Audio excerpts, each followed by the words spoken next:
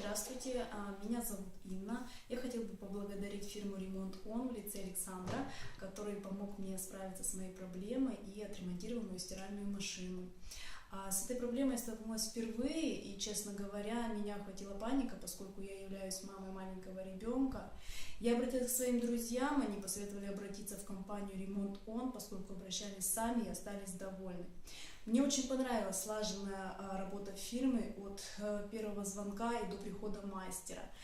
Спасибо вам еще раз за ваш человеческий подход, за вашу оперативность, поскольку это является очень важными моментами для меня. Спасибо.